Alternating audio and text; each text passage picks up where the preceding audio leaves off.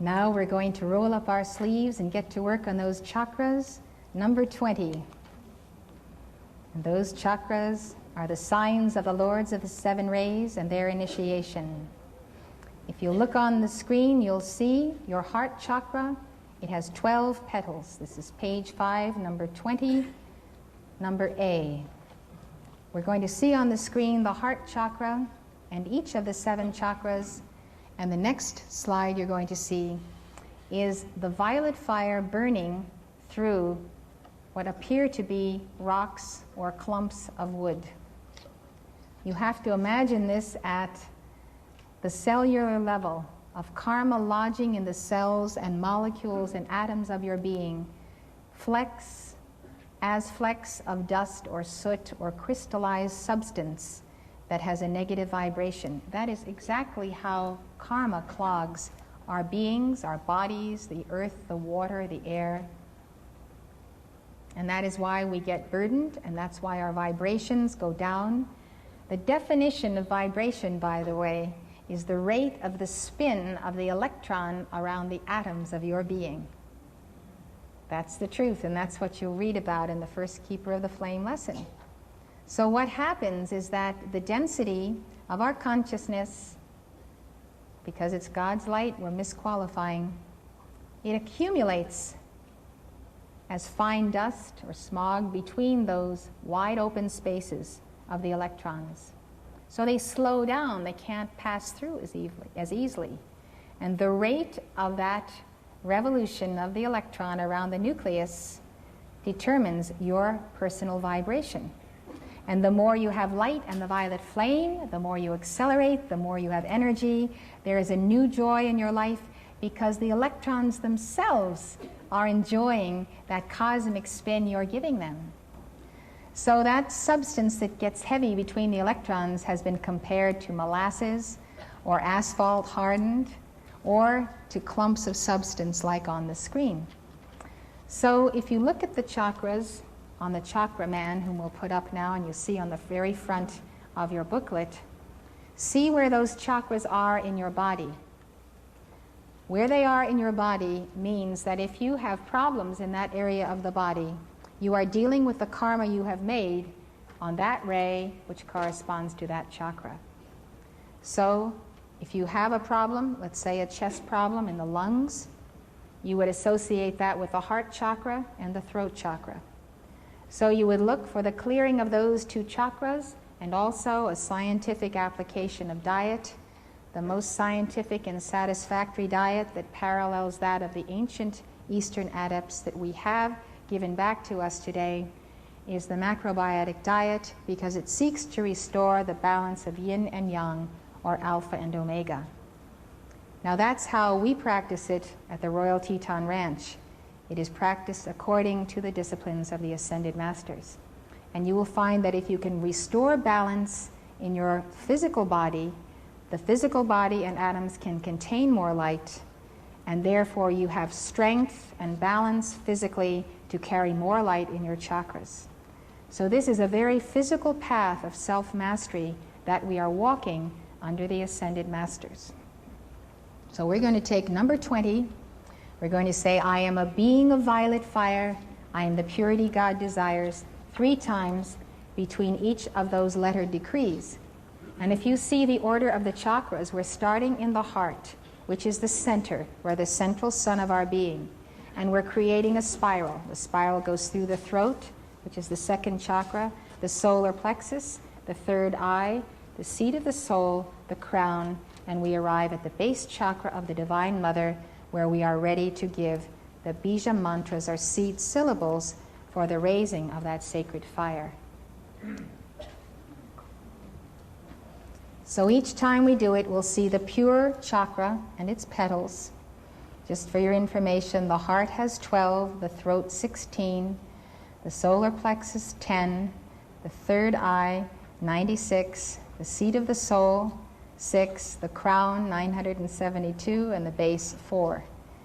Now the number of petals to the chakra determine its vibration and therefore the plane of heaven that it corresponds to.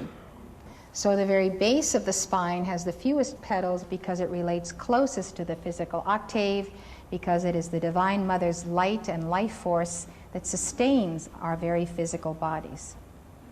So as you get higher and you get 972 petals, which is the 1,000-petal lotus, you really have a tremendously high pulsating frequency that can be in that crown chakra. So here we go. Look at the chakras, look at the violet flame, and visualize it blazing through those organs and cells that are near that place in your body. Beloved mighty I Am Presence, beloved Holy Christ Self, beloved Saint Germain and beloved Zadkiel, come forth now in the victory of the God flame. Seal us in the violet flame. Purge and purify us. Consume now all that is less than our Christ perfection. Transmute that energy and bless all life by its purity. Send it forth to our great causal body of love as the harvest of our good works on earth. Therefore we say together, I am a being of violet fire. I am the purity God desires. I am a being of violet fire. I am the purity God desires. I am a being of violet fire. I am the purity God desires. My heart is a chakra of violet fire. My heart is the purity God desires. My heart is a chakra of violet fire. My heart is the purity God desires. My heart is a chakra of violet fire. My heart is the purity God desires. I am a being of violet fire. I am the purity God desires. I am a being of violet fire. I am the purity God desires. I am a being of violet fire. I am the purity God desires. My throat chakra is a wheel of violet fire. My throat chakra is the purity God desires. My throat chakra is a wheel of violet fire. My throat chakra is the purity God desires. My throat chakra is a wheel of violet fire. My throat chakra is the purity God desires. I am a being of violet fire. I am the purity God desires. I am a being of violet fire. I am the purity God desires. I am a being of violet fire. I am the purity God desires. My solar plexus is a sun of violet fire. My solar plexus is the purity God desires. My solar plexus is a sun of violet fire. My solar plexus is the purity God desires. My solar plexus is a sun of violet fire. My solar plexus is the purity God desires. I am a being of violet fire. I am the purity God desires. I am a being of violet fire. I am the purity God desires. I am a being of violet fire. I am the purity God desires. My third eye is the center of violet fire. My third eye is the purity God desires. My third eye is the center of violet fire. My third eye is the purity God desires. My third eye is the center of violet fire. My third eye is the purity God desires. I am a being of violet fire. I am the purity God desires. I am a being of violet fire. I am the purity God desires. I am a being of violet fire. I am the purity God desires. My soul chakra is a sphere of violet fire. My soul is the purity God desires. My soul chakra is a sphere of violet fire. My soul is the purity God desires. My soul chakra is a sphere of violet fire. My soul is the purity God desires. I am a being of violet fire. I am the purity God desires. I am a being of violet fire. I am the purity God desires. I am a being of violet fire. I am the purity God desires. My crown chakra is a lotus of violet fire. My crown chakra is the purity God desires. My crown chakra is a lotus of violet fire. My crown chakra is the purity God desires. My crown chakra is a lotus of violet fire. My crown chakra is the purity God desires. I am a being of violet fire. I am the purity God desires. I am a being of violet fire. I am the purity God desires. I am a being of violet fire. I am the purity God desires. My base chakra is a fount of violet fire. My base chakra is the purity God desires. My base chakra is a fount of violet fire. My base chakra is a fount of violet fire. My base chakra is the purity God desires. I am a being of violet fire. I am the purity God desires. I am a being of violet fire. I am the purity God desires. I am a being of violet fire. I am the purity God desires. I am a being of violet fire. I am the purity God desires. I am a being of violet fire. I am the purity God desires. I am a being of violet fire. I am the purity God desires. I am a being of violet fire. I am the purity God desires. I am a being of violet fire. I am the purity God desires. I am a being of violet fire. I am the purity God desires. I am a being of violet fire. I am the purity God desires. I am a being of violet fire. I am the purity God desires. I am a being of violet fire. I am the purity God desires. I am a being of violet fire. I am the purity God desires.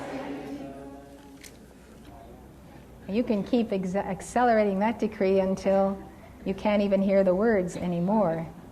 And it has something to do with the acceleration of light in you. We seal this clearance then with the Bija mantras on page 4.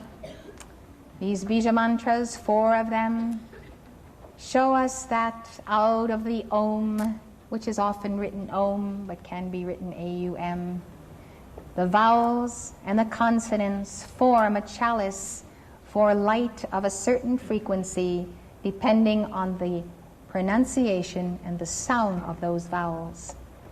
And so we see in the Hindu teaching concerning the Divine Mother that she has 4 distinct manifestations as a complement to the Trinity of the masculine aspect. Sarasvati, Lakshmi, Kali, and Durga, all forms of the Divine Mother in you. This Divine Mother manifests through you, and you are her hands and feet in many ways. Sarasvati teaches you divine communication, great knowledge, music. She is a master of the delivery of the word and the delivery of the teachings, and she is the consort of the Father. And her seed syllable is Aim. So we say the Om, which is bowing to the universal light. We qualify it with Aim, which gives the Sarasvati vibration, and then we bow to that personal manifestation of the Mother. Sarasvatiye Namaha. Lakshmi's seed syllable is Shrim, and Shrim gives the sound of Lakshmi, who is the complement of the second person of the Trinity, or the Divine Son. And she is the mother of abundance and the coordinate of that Christ light, or that universal Christ consciousness. Karim is the name of Kali, who complements the Holy Spirit as the exorcist, the mother who binds the demons who pursue and torment her children. She is like the wrathful goddess that is tremendously fierce and comes to strip her children of darkness. Durga, whose syllable is Dum, Dum, is the wife of the Holy Spirit, the perfect wife and Divine Mother. Cream is Kali's syllable. And the final little set of words is to the World Mother. So visualize the white light rising on the spinal altar and quickening all of the 7 chakras you have just cleared. Let us give these together.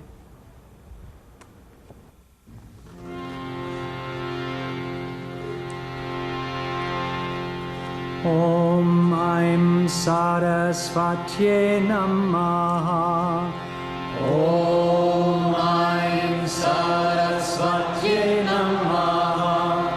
Om Aim Sarasvatye Namaha. Om Aim Sarasvatye Namaha. Om Aim Sarasvatye Namaha. Om Aim Sarasvatye Namaha.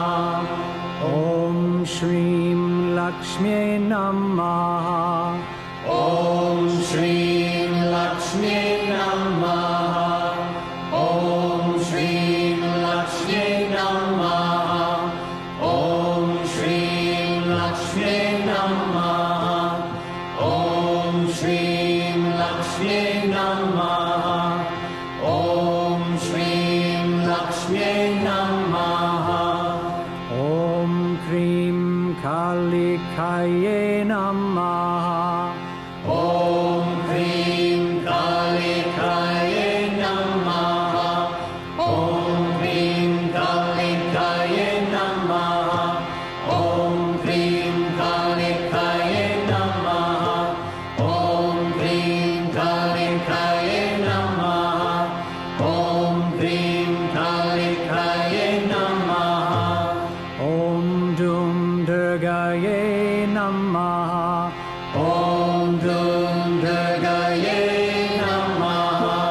Om Dum Durgaye Namaha. Om Dum Durgaye Namaha. Om Dum Durgaye Namaha.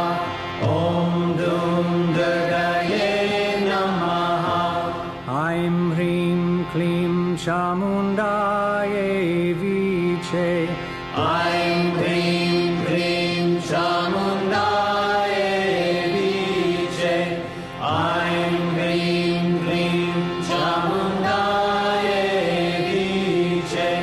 Aim Krim Krim Chamundaye Viche. Aim Krim Krim Chamundaye Viche. Aim Krim Krim Chamundaye Viche.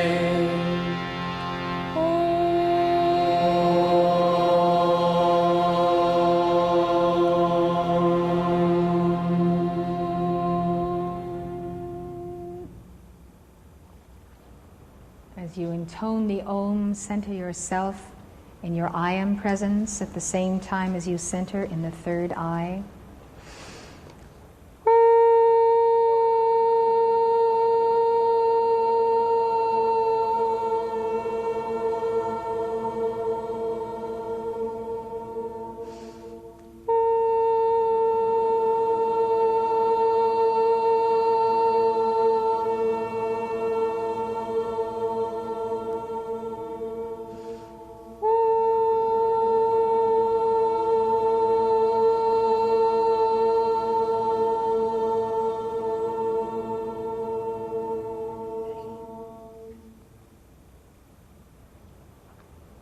If you turn back to page 3.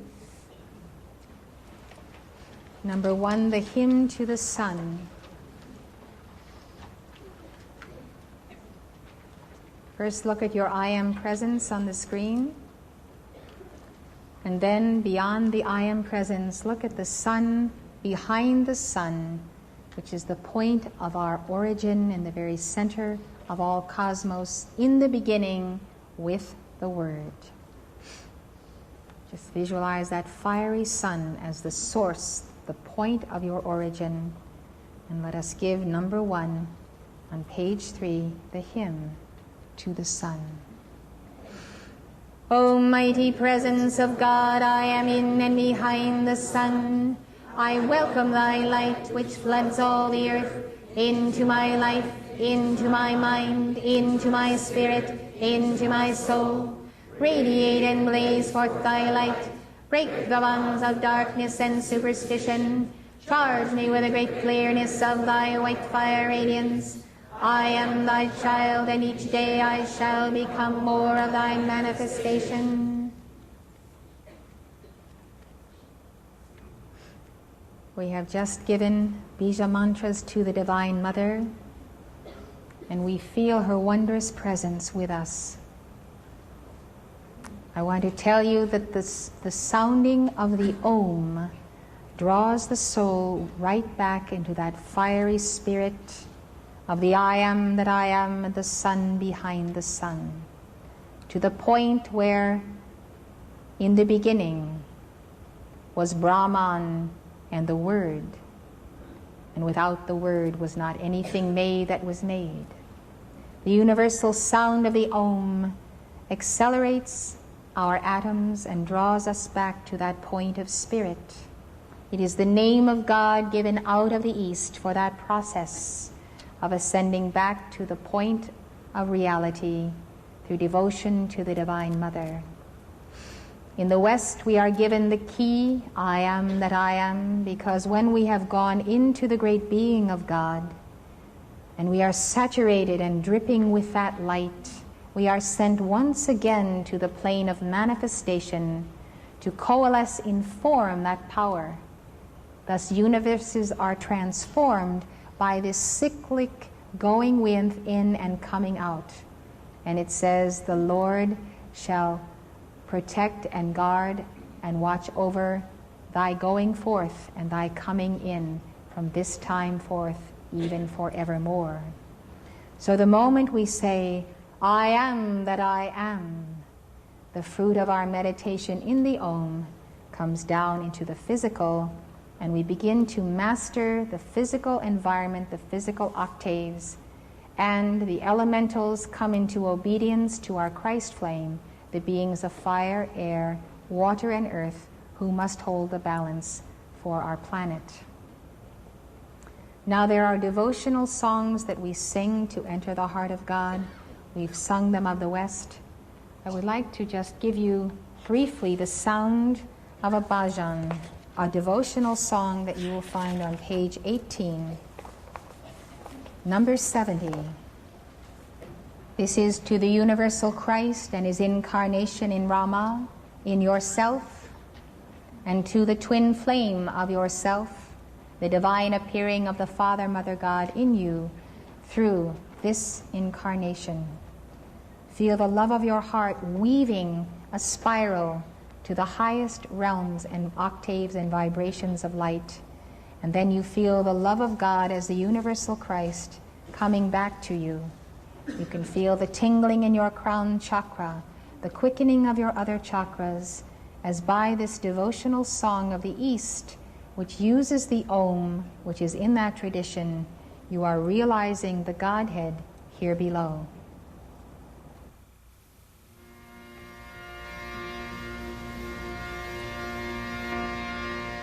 Ram, Ram, Ram, Yedunandana He Ganesham. Hare Ram, Ram, Yedunandana He Ganesham. Hare Ram, Ram, Ram, Yedunandana He Ganesham. Hare Ram, Yedunandana He Ganesham. Shri Ram, Jaya Ram, Jaya Jaya Ram. Shri Ram, Jaya Ram, Jaya Jaya Ram. Shri Ram, Jaya Ram, Jaya Jaya Ram. Shri Ram, Jaya Ram, Jaya Jaya Ram. Shri Ram, Jaya Ram, Jaya Sai Ram. Shri Ram, Jaya Ram, Jaya Sai Ram. Shri Ram, Jaya Ram, Jaya Sai Ram. Shri Ram, Jaya Ram, Jaya Sai Ram. Raghupati Raghava Raja Ram. Raghupati Raghava Raja Ram. Patita Pavana Sita Ram. Patita Pavana Sita Ram. Raghupati Raghava Raja Ram. Raghupati Raghava Raja Ram. Patita Pavana Sita Ram. Patita Pavana Sita Ram. Shri Ram, Jaya Ram, Jaya Jaya Ram. Shri Ram, Jaya Ram, Jaya Jaya Ram. Shri Ram, Jaya Ram, Jaya Sai Ram. Shri Ram, Jaya Ram, Jaya Sai Ram. Shri Ram, Jaya Ram, Jaya Jaya Ram. Shri Ram, Jaya Ram, Jaya Jaya Ram. Shri Ram, Jaya Ram, Jaya Jaya Ram. Shri Ram, Jaya Ram, Jaya Jaya Ram. Shri Ram, Jaya Ram, Jaya Sai Ram. Shri Ram, Jaya Ram, Jaya Sai Ram. Shri Ram, Jaya Ram, Jaya Sai Ram. Shri Ram, Jaya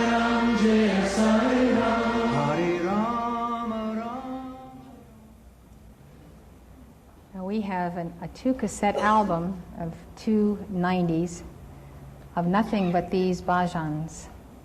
And they are a very wondrous part of your devotional path, whereby ultimately the object of your devotion, who is that universal Christ, is realized as oneself. So if you feel the love ray in this song, they are available for your use. Now I would like to talk to you about the perfect master and the perfect crystal for you. I've told you the story of the Lords of the Seven Rays and the specifics of their previous incarnations in this book. This is 2 books in one. The first book goes into the details of their paths of the realization of the light, the tests and difficulties they faced and overcame, and what it means to earn one's ascension on that particular path of their service. The second half of the book are the dictations of the Ascended Masters to Mark Prophet and myself that give their profound teachings. I would like you to know that these dictations have been given to us, to Mark Prophet since the early 50s, and myself, who met him in 1961 after I was trained, since 1963. And they come by the Holy Spirit. They come by the acceleration and exalting of the aura as the Master places his presence over one and therefore speaks through one in his power and vibration to deliver initiation, teaching, prophecy, blessing, admonishment, and so forth. Now this is in the line and tradition of the ancient prophets who gave the word of the Lord, often dictations through them of the archangels. So this has been the means whereby the Ascended Masters have conveyed to us the lost teachings of East and West, as well as the New Age teachings, the everlasting gospel prophesied to come in the New Age in the 14th chapter of the book of Revelation. This is the work I've been doing then all of these years, and as you know, with the New Age movement, channeling has become very popular. I simply want to explain to you that I'm not a channel in that sense of the word, nor do I consider myself to be a psychic. There are psychics who read far better than I those things that are happening in the earth. My gift of the discernment of what is happening comes again through a gift of prophecy and of seeing because God shows me, not because I have in this life developed psychic powers. So that is my path, and I wanted to explain it to you, and I am in no way standing apart from or a contradiction of or judgmental of anyone else's paths or what you are bringing forth. I would only tell you that whatever you do, you can do with greater clarity and purity with the violet flame. And so that's why I like to give it to you. Now this evening, at the conclusion of our meeting, I will be delivering a dictation from an Ascended Master or an Archangel. And so that is a very special event and a very tremendous release of light. It is something personal to everyone present, and it is a conveyance of light. So that is why we affiliate ourselves with the Ascended Masters, because we desire to become Ascended Masters. You always apprentice yourself to the teacher who is on the path that you want to fulfill. So if you know what these masters are like, you can pick a master and say, I will study under that master, and I will give his mantras and decrees, and I will ask him to sponsor me. Of course, many Ascended Masters are sponsoring all of us, so you don't have to think you need to only pick one master.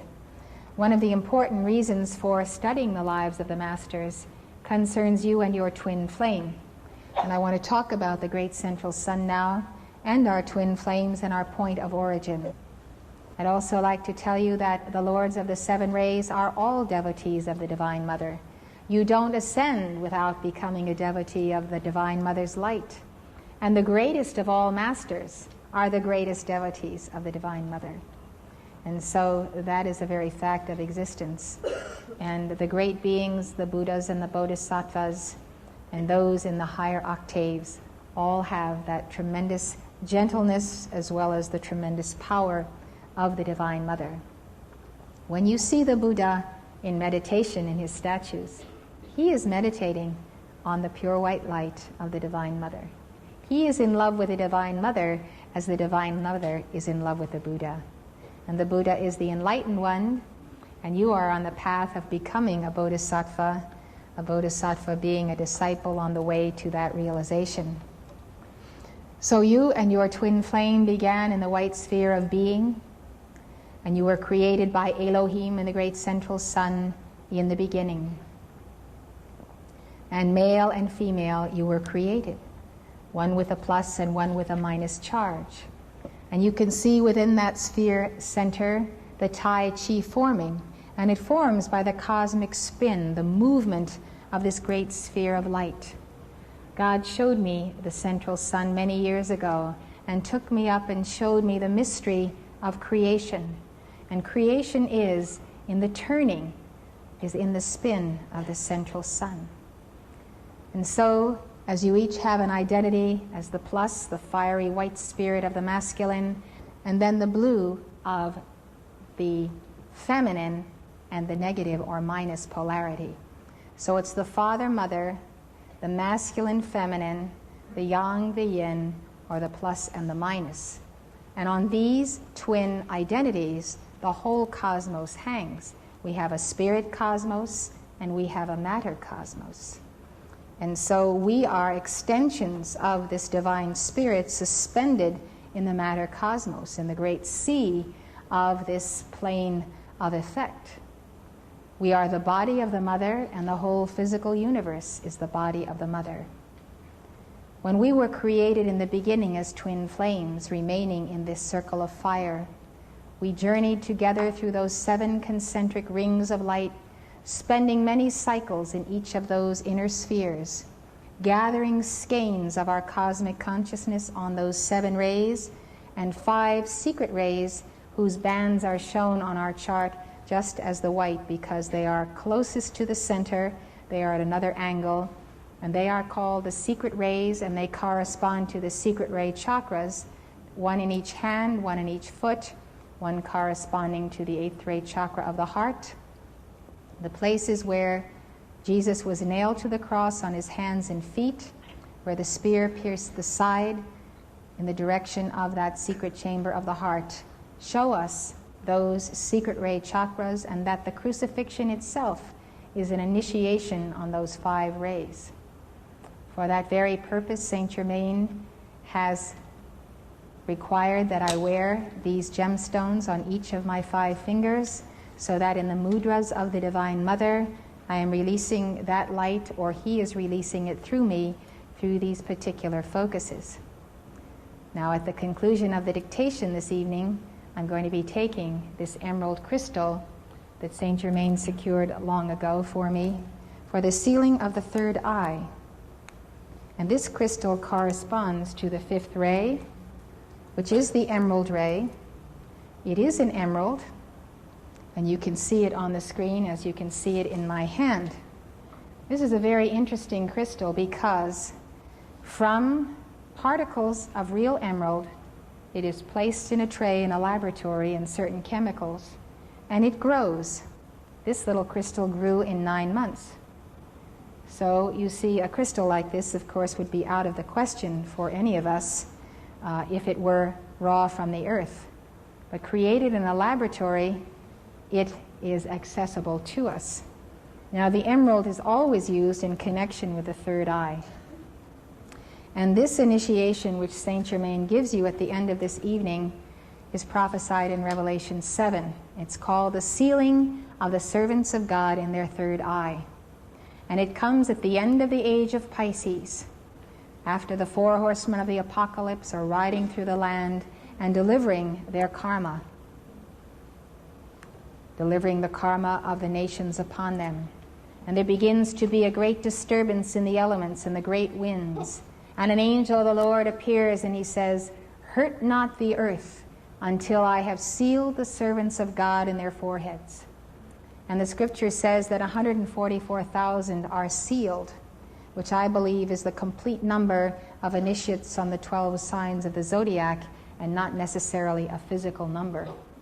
But for many, many years, I've been traveling around the world giving these teachings and placing this emerald to the third eye at the conclusion of the evening.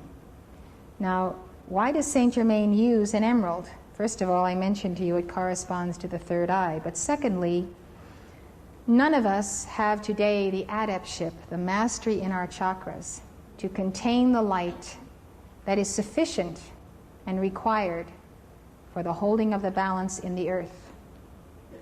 So God, through the nature spirits and beings, has placed in the ground tremendous deposits of crystals, as well as gemstones. A crystal, then, is a molecular chalice.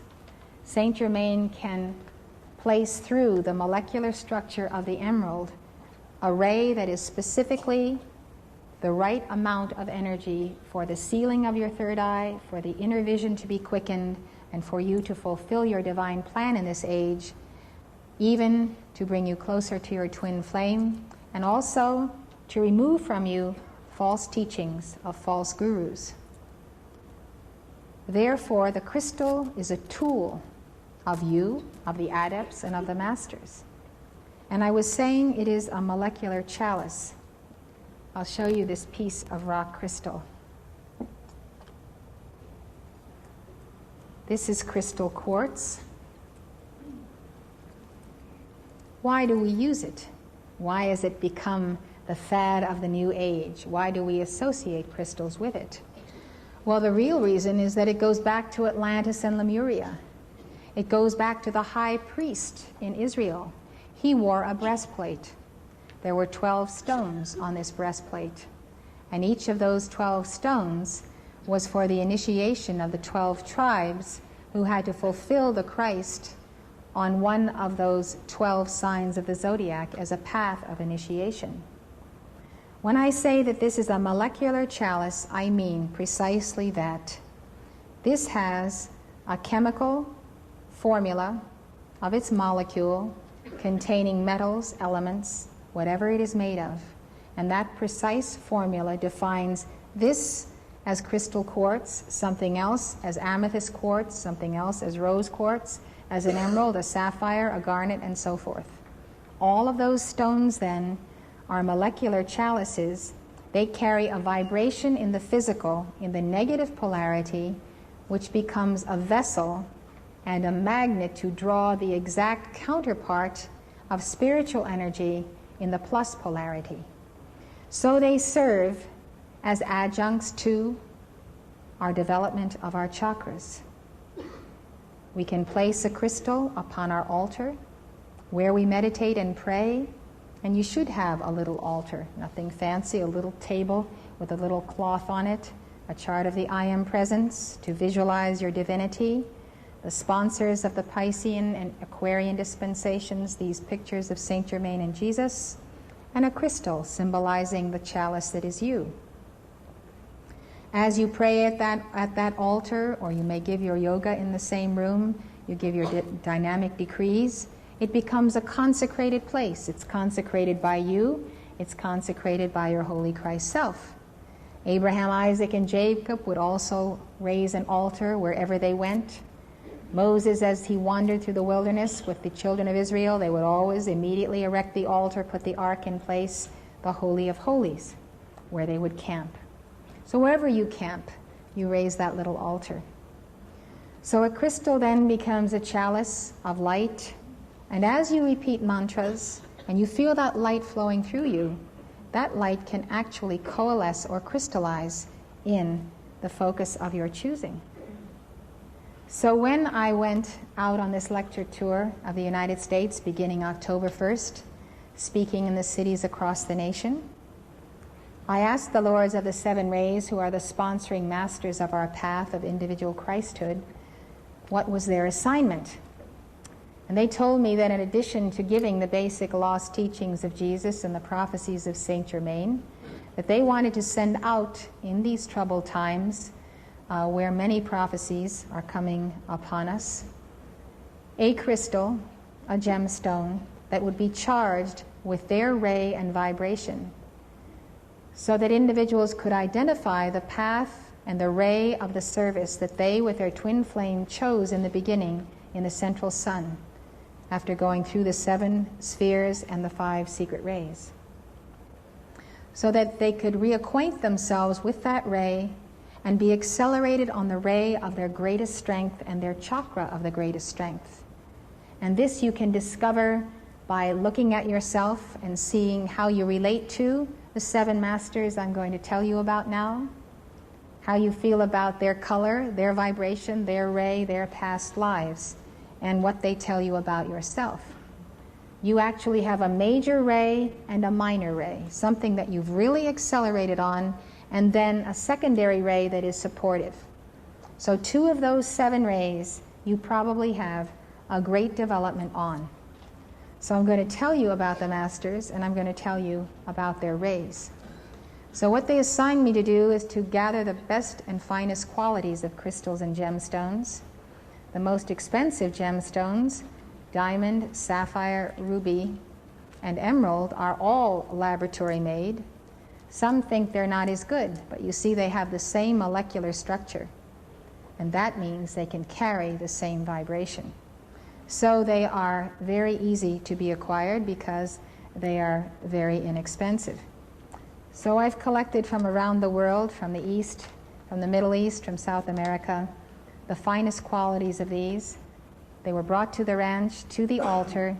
I made the invocation to the Lords of the 7 rays as they instructed me to do, because that spoken word needs to come from this level. And as I called forth the light of the blessing of these and the charging of them, I saw the most magnificent waterfall of light descending, as crystal light as a waterfall, with rainbow rays descending into these stones. And these masters, all of them ascended masters, explained to me that as the individual acquires that stone, it becomes a tie between himself and the master who uses it. And as he gives the violet flame and raises his vibration, the master can increase the charge of that stone. So that is why you see in the foyer these various precious and semi-precious stones and crystals, along with the pictures of the masters. Now, one thing I would like to tell you before I set this crystal down is that when you acquire crystals anywhere, with the exception of these, which are all charged by the masters, but if you acquire jewelry, or if you have already done so, you need to remember that anything that is part of the earth body is in vibration with that earth. And in the earth today, there is a very serious weight of world karma. It may not be your karma, but we live on this planet, and we live in it. So that something that comes out of the earth is not immune to it. Also, used jewelry, antique jewelry, things handed down to you, need to be demagnetized because they contain the vibrations of the wearer. And unwittingly, you may become burdened by those vibrations. So we don't get a crystal and charge it, we get a crystal and demagnetize it. And when it's demagnetized, then we charge it. So I'm going to demonstrate to you how I would demagnetize this crystal and then charge it. First of all, the 2 hands, again, chakras. Look at your hands. The very palm of your hand, in that center is a chakra. And in the 5 fingers, those 5 rays go forth from you. Now, those of you who are involved in healing, any of the alternative healing methods of the New Age, the lost arts of Jesus healing, as well as standard medical profession, you can take your 2 hands and place them on the balance of the form, like one on a foot of each person. You reflexologists, you know what I'm talking about sending light through those nerve centers. You can put 2 hands on someone's shoulders, on the back, or take their hands, and you can call for the light from you to activate and intensify in them, especially even in an emergency situation while you are waiting for professional help to arrive. So through our 2 hands, the reason that we can do this is that from your mighty I Am presence there descends the light of Alpha in your right hand, the light of Omega in your left hand, plus, minus. It's like plugging in. The 2 hands convey then the wholeness of the current of God. So remember, you are not healers, you are instruments of the divine healer. I can't heal anybody, but God heals people through me. And that's what we have to remember. So I take my two hands, and I could charge a glass of water even as I would charge this crystal. But this is for demagnetization, but it's the same position. The omega holds the bottom, even as you would put your hand under a glass, and the alpha goes on top. So now I'm creating a closed circuit around this crystal. I'm going to call to God to demagnetize it by the great sphere of white fire. You can put the large crystal on the screen. The large crystal you're about to see is on the altar of the chapel at the ranch. The great central sun magnet is what I want you to remember. I want you to remember that wording, because it's the great central sun magnet that demagnetizes anything. So I will call in the name of my I Am Presence and Holy Christ Self. You all have an I Am Presence and Holy Christ Self. You all have a throat chakra. You can all make the call because you all have a divine spark. And I'm going to use the light of my presence, the instrument of my 7 chakras, as well as the sacred breath for this demagnetization. This is a sample call that you can give as well.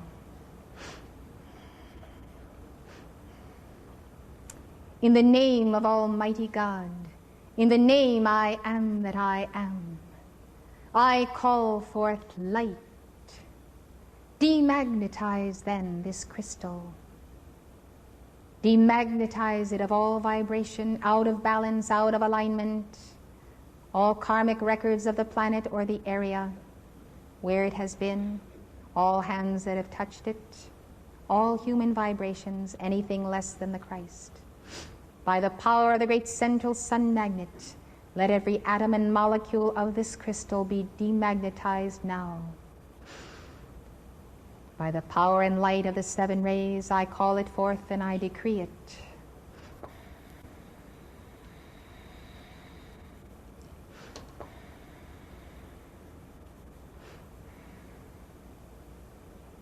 And I accept it done in full power, and I thank thee, O God.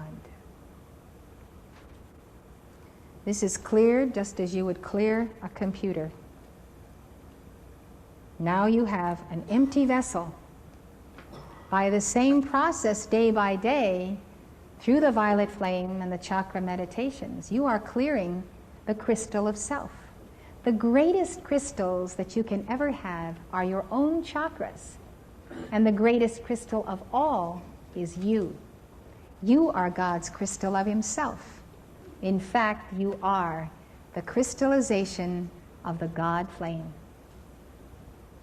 You are the Christ realization of that flame.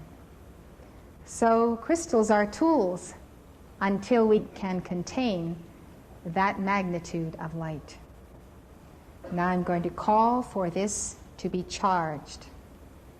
And my favorite thing is to call for quartz crystal to be charged with the light of the Divine Mother, and to receive my devotions that the momentum might build. As you establish an altar, if you invite the angels, they will tend your altar. They will come and minister unto you. And when you enter that room where your altar is, you will feel a holiness. A holiness because your mantras are building in the crystal, and you have the focus the Master has blessed. You have placed your altar in the wilderness, and it's the place where you commune with your I Am Presence. Lord God Almighty, in the name I am that I am, I call to the Divine Mother, charge and charge and charge this crystal with thy healing power. Intensify in it thy ray and flame. O beloved Mother Mary, O Kuan Yin, Sarasvati, Lakshmi, Durga, Kali, come forth now. Come forth, O sweetness of the Divine Mother. Charge it by thy holy breath. Charge it by thy holy breath. Charge it by the white light of the 7 rays. By the cosmic cross of white fire, I accept it done this hour in full power, and I thank thee, O God.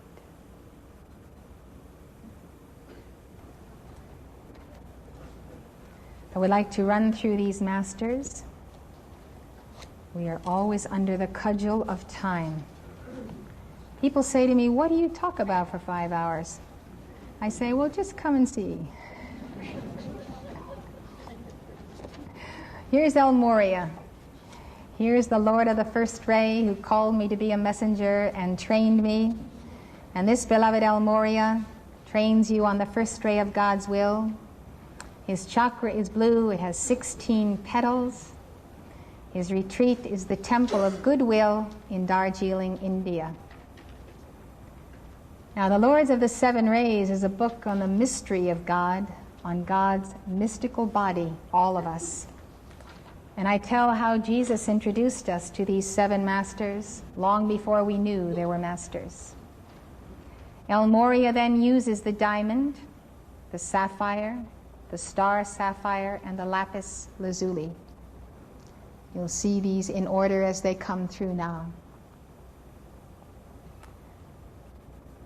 He also uses quartz crystal, as all masters do. He uses all of these to focus the ray of God's will. El Moria was embodied as Abraham. Abraham, you will recall, met Melchizedek. After he was victorious in battle, he tithed to him, the great initiate, Melchizedek. He was Melchior, the wise man, one of the 3. It was Dwal Kul, DK, Kutumi, KH, and the Master M. El Moria, who were those 3 wise men who by astronomy followed the star, and the star over Bethlehem is the great causal body of the I Am Presence of Jesus, so intense that it could be seen. The star of your causal body, announcing the birth of the Christ in you, is over you now. Moria was Arthur, King of the Britons. He was St. Thomas Becket and St. Thomas More. And he was Akbar, the great Mughal Emperor of India. He was a statesman. He is a first-rate person of a Mercurian mind, quickness in action, always practical, always organizing to get things done. If you have first-rate qualities, you have an extraordinary energy and power, you are in action constantly, and you are a person that can always organize, administrate. You may be in law, you may be in any area of life, but you are active. And you love the inner blueprint of life, and you love it as the will of God, whether you call it that or not. El Moria trains you in the mastery of the power of the spoken word and being a co-creator with God. We're going to take a break shortly, and I'm going to give you a wonderful meditation of El Moria when we return. So that's the path of the first ray master. The second ray master is Lord Lanto, the quietness of wisdom's flame, the second ray, and the crown chakra. The color is yellow, the petals are 972. That's why it's called the 1,000-petaled lotus. Lord Lanto lived on Lemuria as a high priest in the Temple of the Divine Mother, and today he uses the Grand Teton in Wyoming, where the Royal Teton Retreat is, to teach souls. He trains us to receive gifts of the Holy Spirit, the word of wisdom and word of knowledge, even as Moria trains us to receive the gift of faith and the gift of wisdom. Lord Lanto uses the yellow diamond, the yellow sapphire, the topaz, and the citrine quartz. These are all used to focus and to attune and quicken your crown chakra. At Summit University, which is a 12-week retreat you can spend at the ranch studying these teachings, there is a yellow topaz that is used for the touching of the crown chakra and the quickening of that chakra by the Holy Spirit, the great Lord, the Maha Kohan. Lord Lanto was a contemporary of Confucius, and Confucius considered himself his pupil. He was the Yellow Emperor, the Duke of Zhou, and he wrote the Yellow Emperor's Classic of Internal Medicine. It discusses the balance of energies and their transformations through the body in the macrocosm and the microcosm, and based on its teachings, the macrobiotic diet has come down to us from that ancient understanding of our bodies. He is one who sponsors teachers, sages, philosophers, those who love to study and give knowledge and carry that illumination forward. They are the repositories of the wisdom of civilizations. If you are a teacher or a student or love to study and learn, you have development on the second ray, and you find the second ray a relief from the first ray, which is so active energetically. And this is the quiet contemplation and going within. And then when we have the wisdom, we need the first ray to put it into action. So that's the nature of Lord Lanto. The third ray is Paul the Venetian, who was an artist on Atlantis in Peru, and in his last life is Paolo Veronese. His is the heart chakra, 12 petals, the color of the ray is pink. His retreat was the Chateau de Liberté in southern France that looks something like this castle we're seeing. But he holds classes in the Temple of the Sun over Manhattan, which is the great shrine of the Divine Mother of America, who is known as the Goddess of Liberty. And the statue there marks the place of the great retreat that is over New York, the Temple of the Sun that was once physical on Atlantis. Now, these retreats I'm speaking of from where the masters teach are in the etheric octave. They once were physical in past golden ages. As the vibrations of Earth declined, they were withdrawn to the etheric plane. The etheric plane is just as concrete and physical, in fact more concrete than where we live right now. You are probably here because your soul in your finer bodies has been journeying to these retreats for many years. And you are seeking to find here what you are learning at night because you don't quite remember it all. You just get snatches and bits of it as intuitive flashes. Now, these lords of the seven rays have opened their 7 retreats as universities of the spirit, and in an unprecedented manner, at the end of this age of Pisces, are receiving tens of thousands of souls studying there nightly. If you desire to study at their retreats, and you have a little decree session before you go to bed and some meditation, maybe 15 minutes, and you call to the angels of Archangel Michael to come to you and escort you safely in your soul, in your finer body, to the retreat of your choice. And you may have a picture of it in your bedroom, so you can visualize the Grand Teton, or you can visualize Darjeeling, India, where Almoria teaches. And you put your head on your pillow, you welcome the angels, you go to sleep, and after you are in a very deep sleep, your soul then makes that journey. So, for those who don't quite remember what they are learning, what we have done is the masters have trained us as messengers, and Mark and I have written over 50 books of the Ascended Masters' teachings. So there is a wealth of knowledge and understanding, and when you read it, you will remember it. The reading is like the quickening. All people, I would say 90% of the people who read our books tell me this is what they have believed all their life, but no one quite focused it, put it all together, did the research, and made sense out of it. So I know that these teachings are the foundation of Aquarius, and they are our free and glad gift to all people with no strings attached. If our organization meets your needs, you're welcome in it. If it doesn't, that's fine. I'm here as a sister on the path with you to help you if you need my help. Our goal is to put your hand in the hand of your Holy Christ Self and in the hand of the Ascended Masters and help you over the astral sea of your karma during that period when difficulties arise. Now, besides the books, the Masters hold 12 retreats called Summit University to actually study physically, then in a structured course and environment, what we learn at inner levels. The most important retreat coming up is the 4th of July conference at the ranch from about the 29th of June through the 4th of July. Mark it on your calendar because it's the greatest place in the whole wide world to spend a vacation. It's 33,000 acres of ranch, high mountain country next to Yellowstone Park. There's plenty of vacation sites in the area besides this conference. Last year, 4,500 people attended. They come from all over the world. There's nowhere you can meet finer Aquarians. New Aquarians come together for the healing of a planet. We give lots of mantras, days on end, directing them into the earth body to hold the balance of the earth for earth changes and into the astrological configurations and prophecies that are coming upon us. Now, getting along with these masters a little bit quickly so I can give you a break now.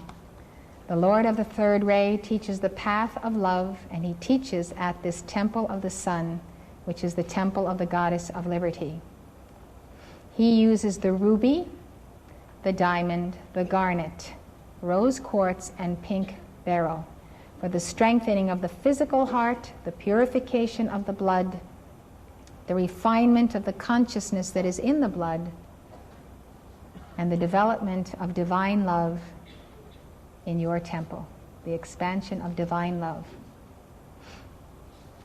He is the great artist, and if you have artistic talent, even if it's undeveloped, if you love beauty and you love love and you love to be expanding your heart and directing light, if you are creative in any sense of the word, you have elements of the third ray of God's love and divine art and beauty. It's the ray where you realize the Holy Spirit. The fourth ray is the base of the spine chakra, the white light of the Divine Mother. The master is Serapis Bey, the great master of the pyramids, whose retreat is at Luxor, Egypt. He bore the flame of the ascension from the Ascension Temple on Atlantis before Atlantis sank.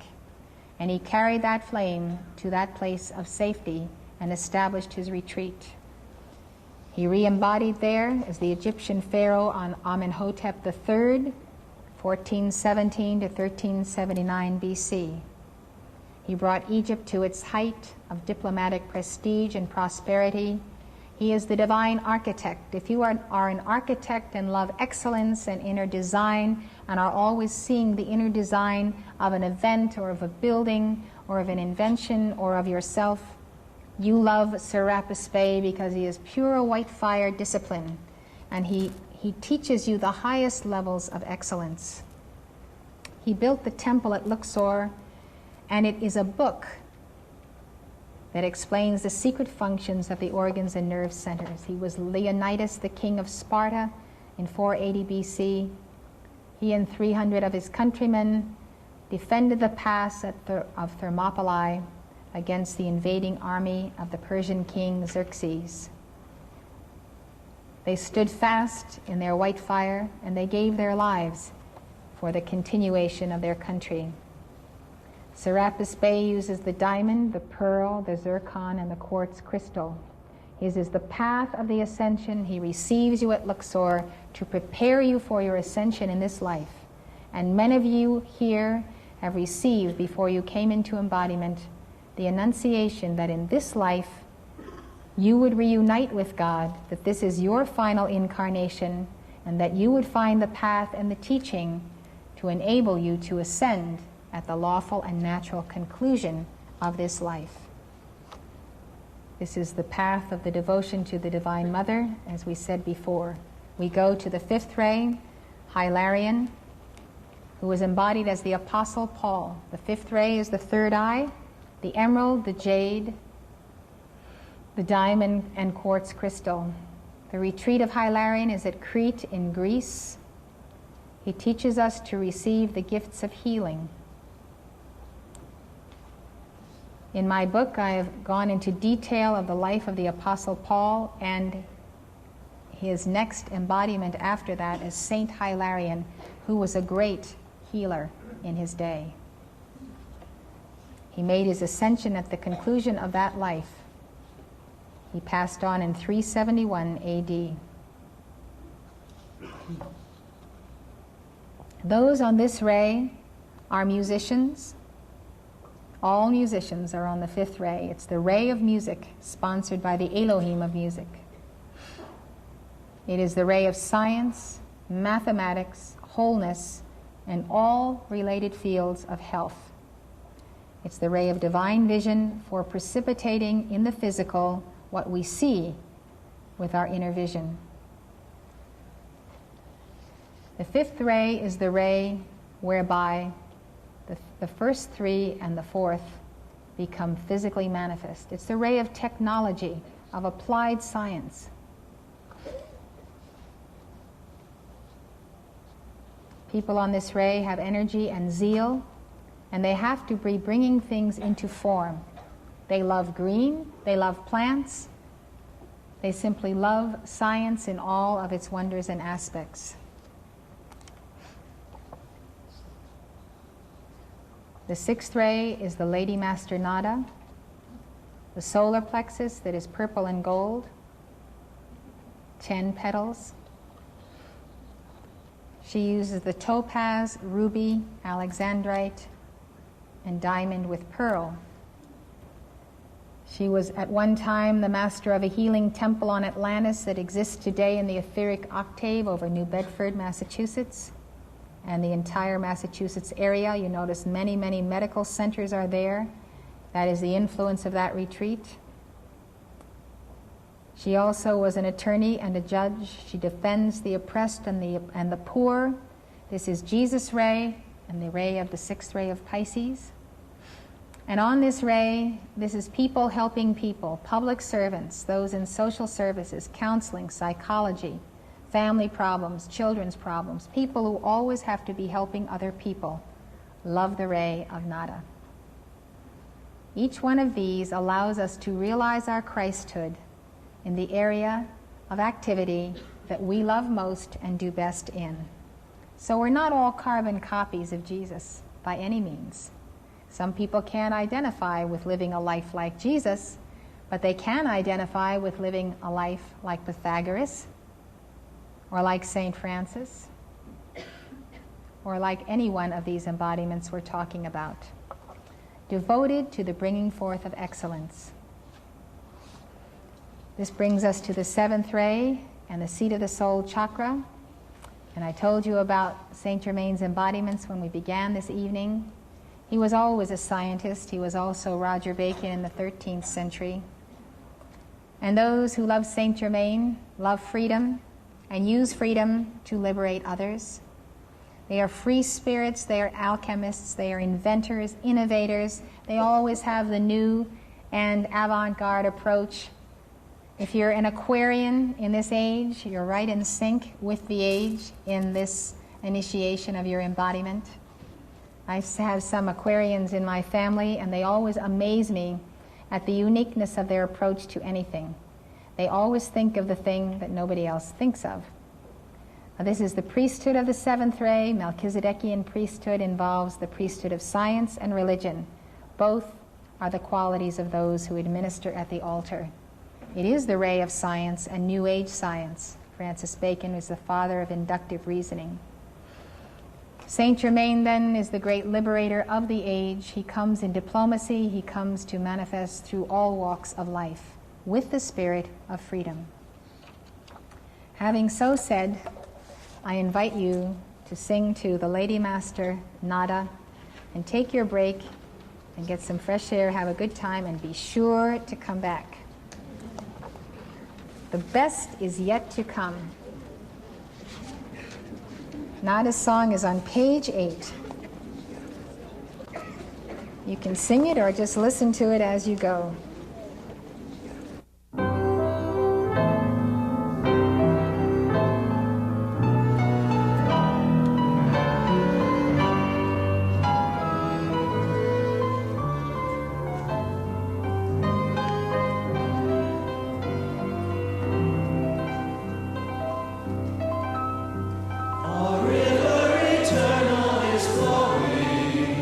With beauty and light from the sun.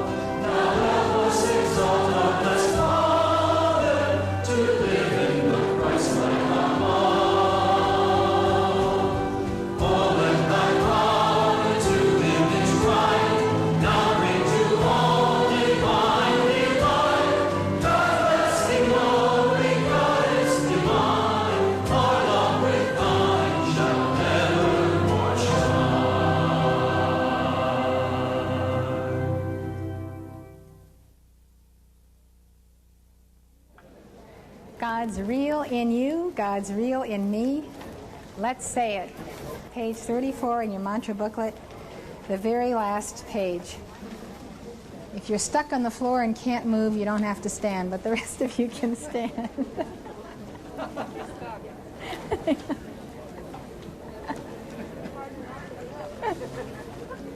It's in the mantra booklet. It's page 34 inside the back cover. This is a New Age folk song.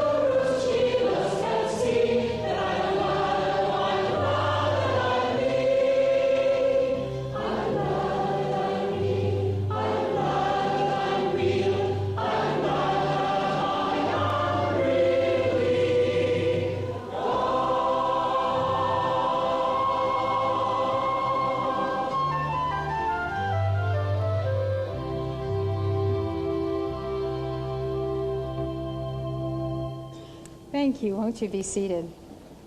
You turn one page back, you're going to find a wonderful New Age song called The Evening Star.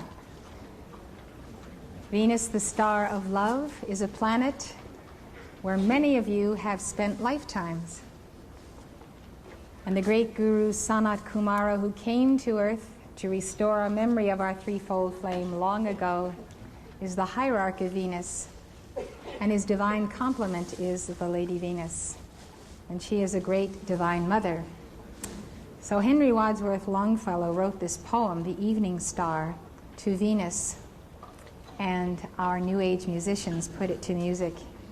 And it's a wonderful meditation on love and the angels of light and brothers and sisters of Venus who are there in the etheric octave today.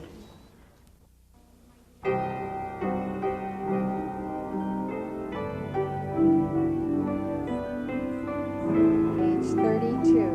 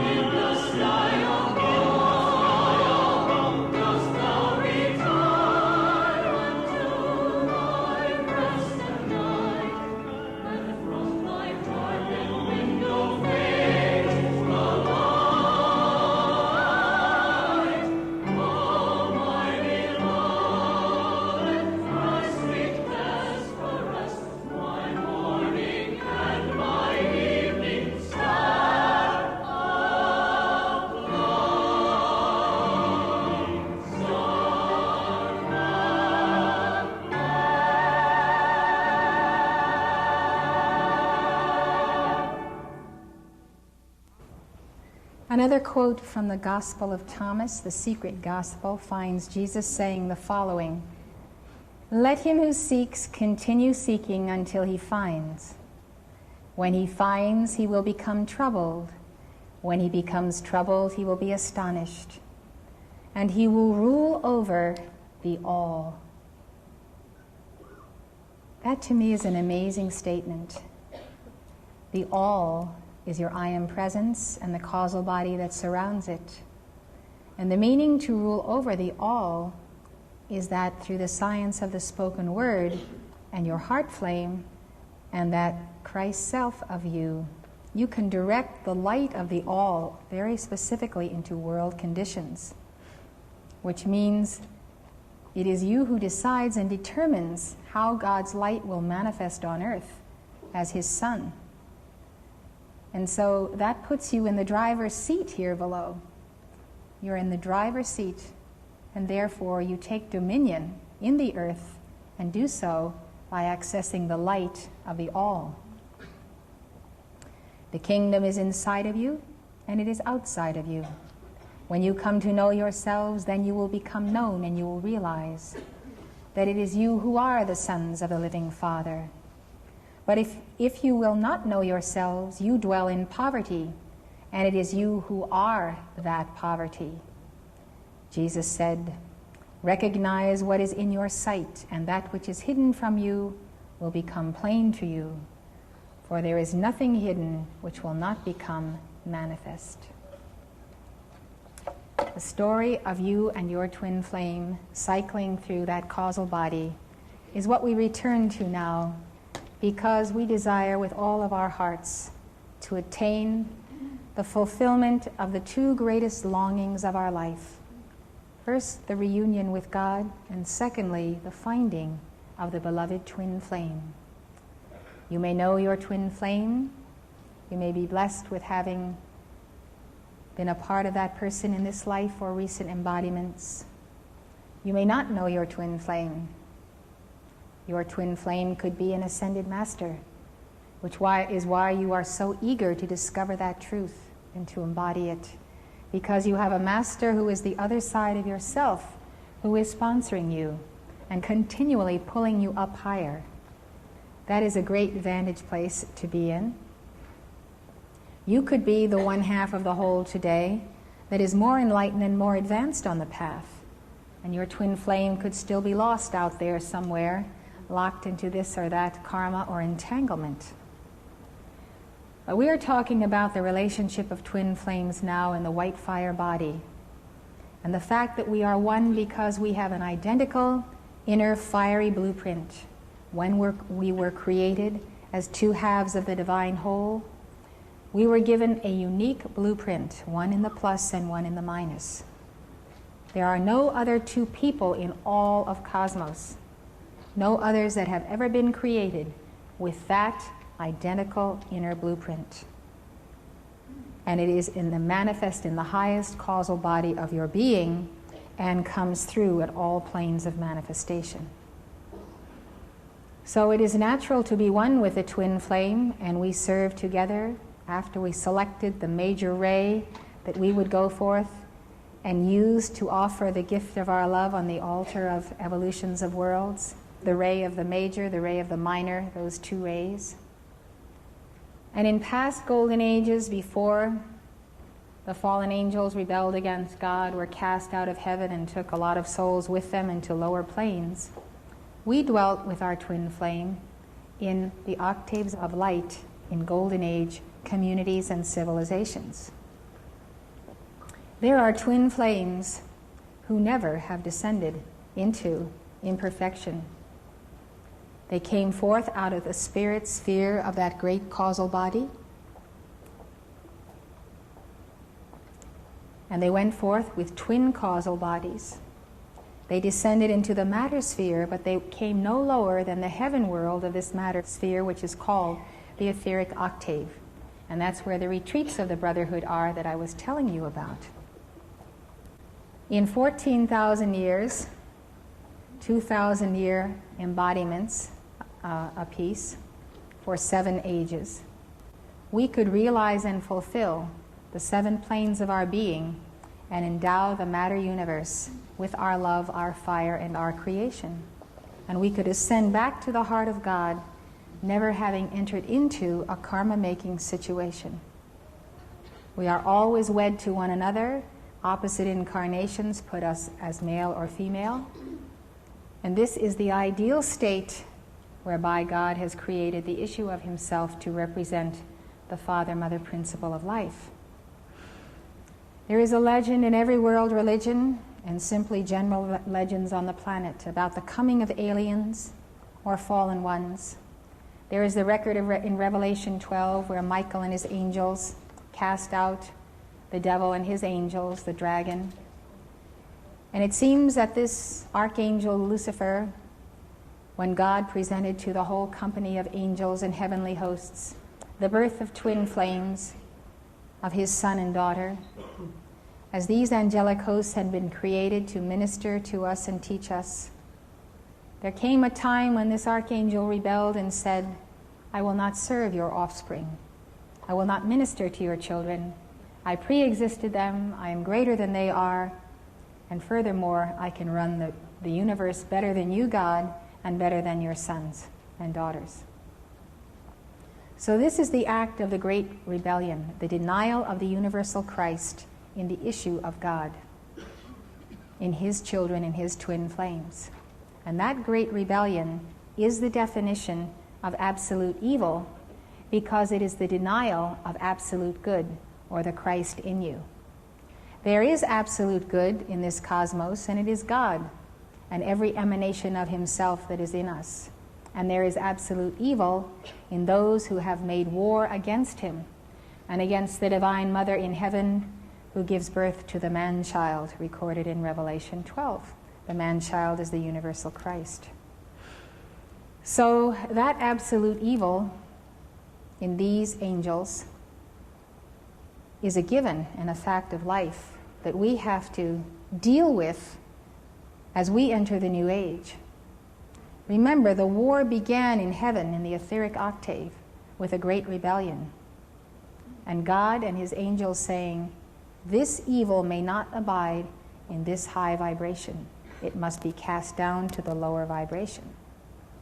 So they were cast down into the earth, into this dense matter that we are now in, and they were cast into physical bodies such as we now wear. And then the warning is given in the book of Revelation, and it says, woe to you, ye inhabitants of the earth, for the devil is come down to you, having great wrath, for he knoweth that he hath but a short time. This activity then of these fallen ones coming into the earth has the second prophecy, which says that the fallen angels went to make war with a woman and her seed. So the seed of the woman, or the children of the Divine Mother in the earth, are the butt of these fallen angels, who, from the highest state from which they fell, have retained certain power. They occupy power in the earth, in the establishment, in the banking houses east and west, in the governments of nations, in the control of people, economies, populations. They're in control in more places than you realize. We all have a sense that there's an establishment there. There's an order of people who somehow control things, who don't always have our best interests at heart. Well, now we can define a certain life wave and evolution and understand that no matter how they look or how they smile and glad hand and make all their campaign promises or whatever else they're doing, and I'm not saying that any of those candidates may be in this category, but they certainly have been from time to time, they always act against the expansion of the light in the people and for their gain of money and power and control. So we've been watching this in all walks of life for centuries, and if you study history, you can always see that certain key individuals were responsible for the downturn of civilizations, the fallen angels, and certain key individuals have been responsible for the moving up of civilizations. And they are the great Christed ones who have come to save us from these fallen ones. Today it is our hour to raise up the light within ourselves to be true shepherds and ministering servants. What happened to us then, as we were in the first octaves of light, the etheric plane, is described in the allegory of Genesis. The Garden of Eden is a mystery school. The Lord God who walks and talks with us in it is the cosmic Christ. And Adam and Eve are archetypal profiles of twin flames. In fact, there were many twin flames in this and other mystery schools. The ones called serpent are fallen angels who had great attainment in the raising up of the Kundalini and the sacred fire in the temple. And that is called the serpent fire, so they're called serpents. They had the mastery of the crown chakra, and they turned inside out the mind of God and used it for philosophical systems, political systems, all kinds of perversions of the true path, to enslave us. They came with their initiation, the fruit of the tree of the knowledge of good and evil, and offered it to us before we had partaken of the fruit from the teacher, the living guru. Had we received that knowledge after the realization of our full Christ consciousness, it should not have divided us. But because the false guru and the false initiator moves in just before the true initiator is come, and that happens in every century, that fruit and partaking of it gave us the sense of duality and relativity, like two-eyed vision, no longer seeing the pure absolute good. And with that lowered vision and that sense of relative good and evil, we descended. We lost the etheric estate and we felt naked because we were no longer clothed upon by the light of that living teacher and the light and the path of initiation. So we were sent into a lower density, and instead of now learning our lessons by the teacher who would teach us right and wrong, good and evil, and take us all the way through an understanding of absolute evil, but without the necessity of experimenting with it, experimenting with unreality as we do today. So, the choice of free will that we exercised is to learn our lessons by our karma instead of directly face to face with the great master who was our teacher. So the words in Genesis is that they were sent from the garden lest they should eat the fruit of the tree of life and live forever in their imperfect state. The highest initiation we can receive is to receive the fruit of the tree of life. So we learn by the law of karma, by cause and effect, by trial and error, by free will, in a state of ignorance, closed upon with our own density of centuries of karma.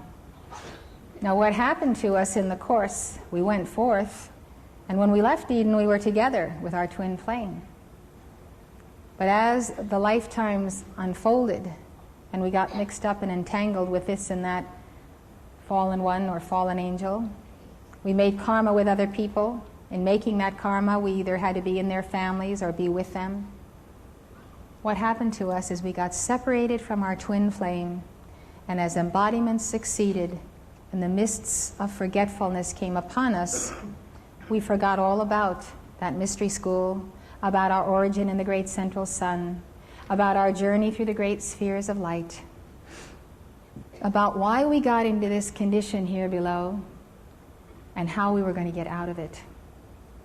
And that's just about where we find ourselves today. And with the dawn of Aquarius, the quickening, the enlightenment, and the sense of that beloved twin flame and the sense of our God, we're about to turn around and walk that path all the way back home, retracing our footsteps. The going out is easy, but when we turn around and go back, we are retracing those footsteps of our karma. And we have to transmute it every step of the way. So it seems to be an uphill climb, but the winds of Aquarius and the violet flame are in our sails.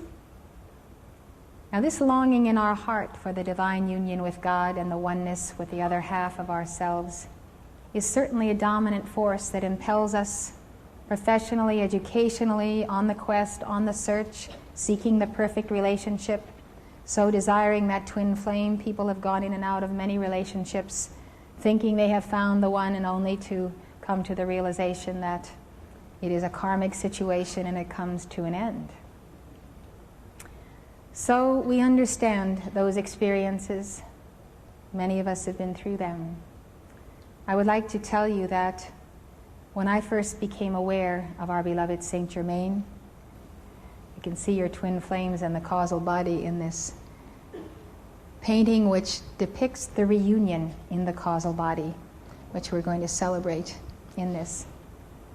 Anyway, at the age of 18, I was going off to college, leaving my home in New Jersey, and I prayed a prayer to God and said, if there's anything you've placed in my home of which I've not availed myself, please tell me. I'm leaving now. I'm expressing my gratitude for my parents and everything that has been done for me, but I won't be coming back. I wanted to be sure that I definitely had not missed anything, any clues to my divine plan that I had to know about. And God spoke to me and said to me to take a certain book off the shelf in my mother's library and to read it. And I had seen that book since I was tiny. And the book always had a presence and an aura that frightened me. It seemed that it was so intense that I was afraid to take it off the shelf. And I would walk around it and look at it and then tiptoe away. So this day, I had to be obedient to that because I had made the prayer and God had answered. So I could do nothing else but take the book off the shelf, open it up, and I saw the face of Saint Germain. And that face became alive and quickened by his presence. The spark went through my being. I leapt. I couldn't believe that I had found this master whom I recognized instantly. And I ran to show the picture to my mother, and I said, here is Saint Germain. I know him. I've got to find him. I know I have a mission that has to do with him. So she said she knew him, but she didn't tell me about him before because I should find him for myself. Well, I set out to find Saint Germain for myself, and it took me 5 years to find him, even though I would walk and talk with him and Jesus every day. And I thought to myself, there must be really something wrong with you that you are not finding this master. Because I knew when the pupil is ready, the teacher appears. So what could I do to get ready? I would pray, I would do everything I knew how to do, and I realized that the key to meeting the master had to be obedience. So I decided to listen to the voice of God within with all my heart, and to respond to that voice and to obey immediately. And I thought as one thing would lead to another, if I would always obey the voice of God, I would get nearer to him and to the master. At this point, I wasn't even aware that there was such a thing as a twin flame. And I had a one-pointed goal in mind, and that was to find the teacher who would give to me what I could not receive directly from the octaves of light. I received a lot from Jesus and Saint Germain, but there were things I had to be taught. And our karma gives us a certain spiritual blindness, so we do not see in ourselves what the teacher points out to us needs correcting. So in 1961, by a long circuitous route, I had found students of the Ascended Masters in Boston. They invited me to a meeting and told me that a man by the name of Mark Prophet, who was a messenger for the Great White Brotherhood, was coming to town to give a lecture and a dictation. And I leapt. I was so excited about such an event that I should hear a dictation from the Ascended Masters. And as I entered that room and I sat in my seat that night, and I looked up at him, he was sitting at the altar in meditation. And he opened his eyes and looked at me, and I looked into those eyes, and I found the pair of eyes that I had been seeking my entire life. Those eyes spoke to my soul, and I knew that I had found my teacher, and the one that was going to quicken in me the divine memory, what I had to do in this life, how I was going to do it, the teaching I needed to know, and the self-mastery of my being. Before the service started, I then closed my eyes, and he took me in meditation to the higher octaves, and I saw the whole world filled with daisies in the field. And these daisies were the faces of souls who had forgotten where they had come from, who were of God but needed to be quickened. And I knew that I had to go and find every single one of them and give to them the teaching that would remind them of who they were and where they came from. So I knew I had to be a student before I could be a teacher. And so, not long after that, El Morya appeared to me in a park in Boston, stood before me in his intense reality of the sternness and fiery presence of the Ascended Master, and he simply looked at me and said, "I have need of a feminine messenger. Go to Washington, and I will train you through Mark Prophet." And with that, he transferred to me a fiery coil of light and was gone. So my path and course were set. But that night that I met Mark Prophet, he delivered a dictation from Archangel Michael, which liberated me and cut me free, I knew, to fulfill my divine plan. And I felt the light and the empowerment of it. The next thing that happened is that some time later, Mark informed me that we were twin flames.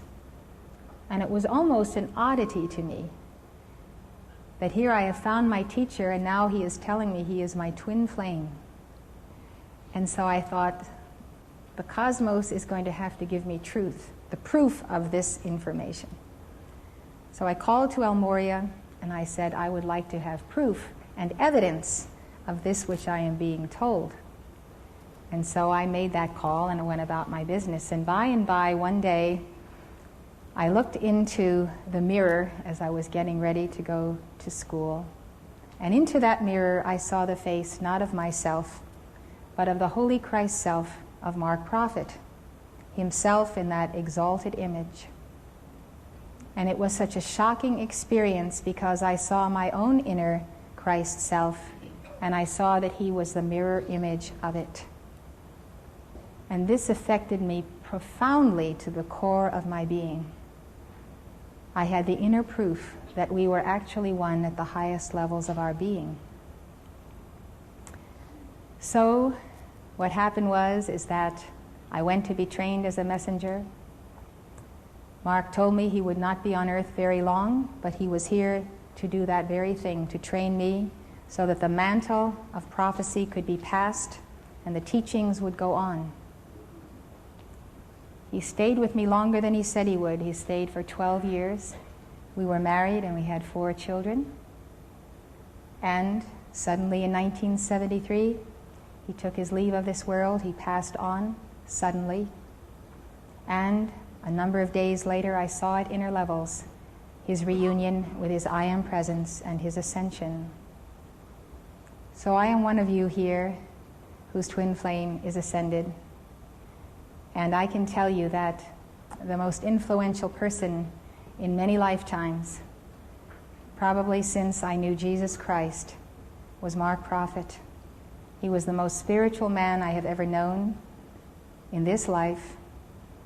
He was profoundly and deeply one with God, had a profound compassion, and knew the mysteries as they were part of him. He was a wonderful teacher, and he truly knew how to tutor and refine my soul, to give me the disciplines and the initiations that came from the masters.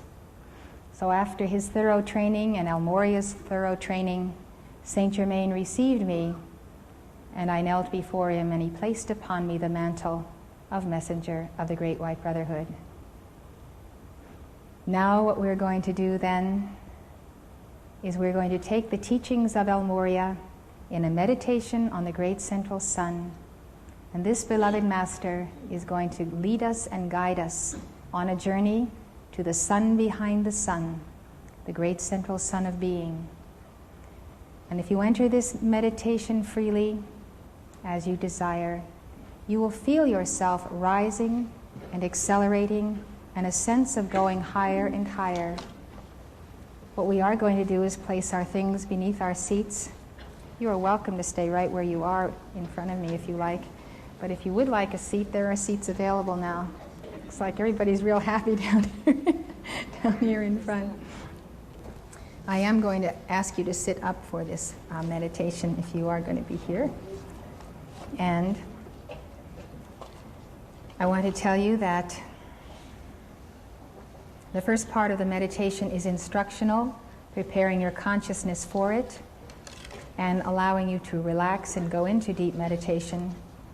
And then at the point where I say, in the name I am that I am, I call forth the soul. You should feel your soul rising from the seat of the soul chakra, up the spinal altar, up a golden crystal spiral that you visualize like a gold coil that is studded with crystal, like a golden staircase, and the soul mounts up the chakras to the plane of the heart, the Holy Christ Self, the I Am Presence. And you visualize yourself traveling in this coil inside of a very expanded crystal cord. And that crystal cord goes through the heart of your Christ Self and your I Am Presence all the way back to the heart of God in the central sun. You are so close to God, as near as heartbeat, because that life descending in you, beating in your heart, comes from the heart of Almighty God. And so it's the umbilical cord that we're extended into the matter spheres, and over it we retrace our footsteps higher and higher till we come to that great sphere of light. There we meet our Creator, Elohim, and we look into the eyes of our beloved twin flame. The inner memory is awakened, and we descend again to our bodies in this room.